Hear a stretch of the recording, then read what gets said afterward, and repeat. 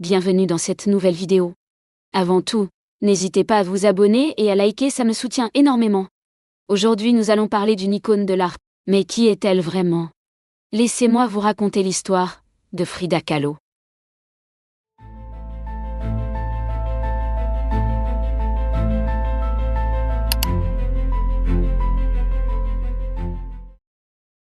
Frida Kahlo naît le 6 juillet 1907 à Coyoacán, dans une maison familiale appelée plus tard la Casa Azul. Dès son enfance, Frida est confrontée à des épreuves physiques.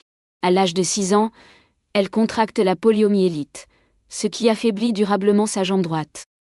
Cette différence physique la rend parfois isolée, mais contribue aussi à forger son caractère déterminé, rebelle et indépendant. Adolescente brillante, elle souhaite d'abord devenir médecin et s'inscrit dans une école prestigieuse de Mexico.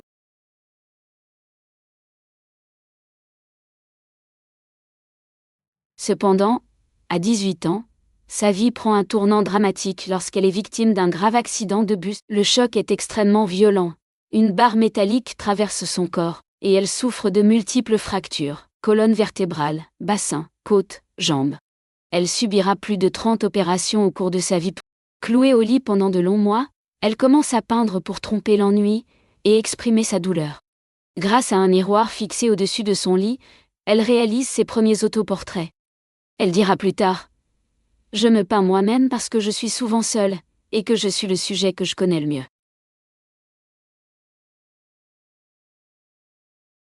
Son œuvre devient alors profondément autobiographique. À travers ses tableaux, Frida Kahlo explore des thèmes comme la souffrance physique, l'identité, la féminité et ses relations amoureuses. Son style est souvent rattaché au surréalisme, mais elle rejette cette étiquette en affirmant qu'elle ne peint pas des rêves, mais sa réalité. Des œuvres comme Les Deux Frida ou La Colonne brisée montrent avec une grande intensité ses douleurs intérieures et corporelles, mêlant symboles, couleurs vives et références à la culture mexicaine.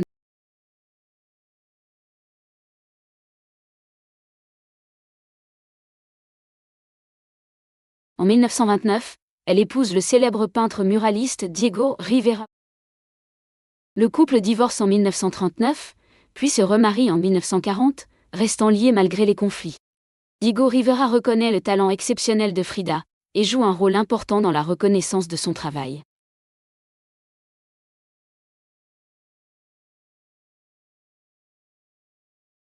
Très engagée politiquement, Frida Kahlo rejoint le Parti communiste mexicain.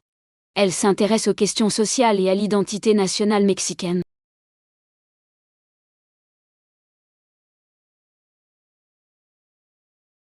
Dans les années 1930 et 1940, son travail commence à être reconnu au-delà du Mexique.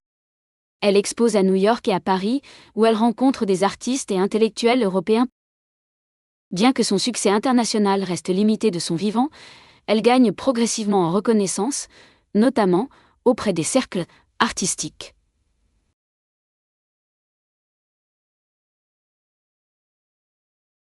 Sa santé, cependant, se dégrade continuellement.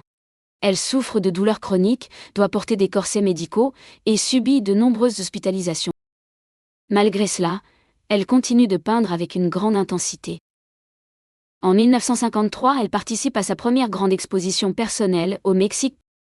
Les médecins lui interdisent de se déplacer, mais elle décide d'y assister malgré tout. Elle arrive allongée dans un lit installé au milieu de la galerie, accueillie par les visiteurs. Un moment devenu célèbre qui symbolise sa détermination et son courage.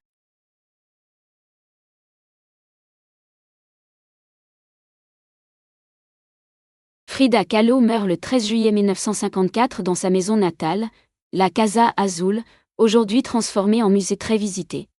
Aujourd'hui, elle est devenue une figure emblématique mondiale.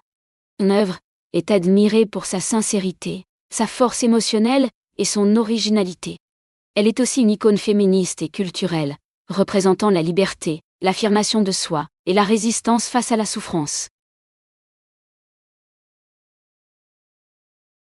Si ce n'est pas déjà fait, n'hésitez pas à liker la vidéo et à vous abonner ainsi que de commenter une autre personnalité dont vous voulez en savoir plus. À bientôt.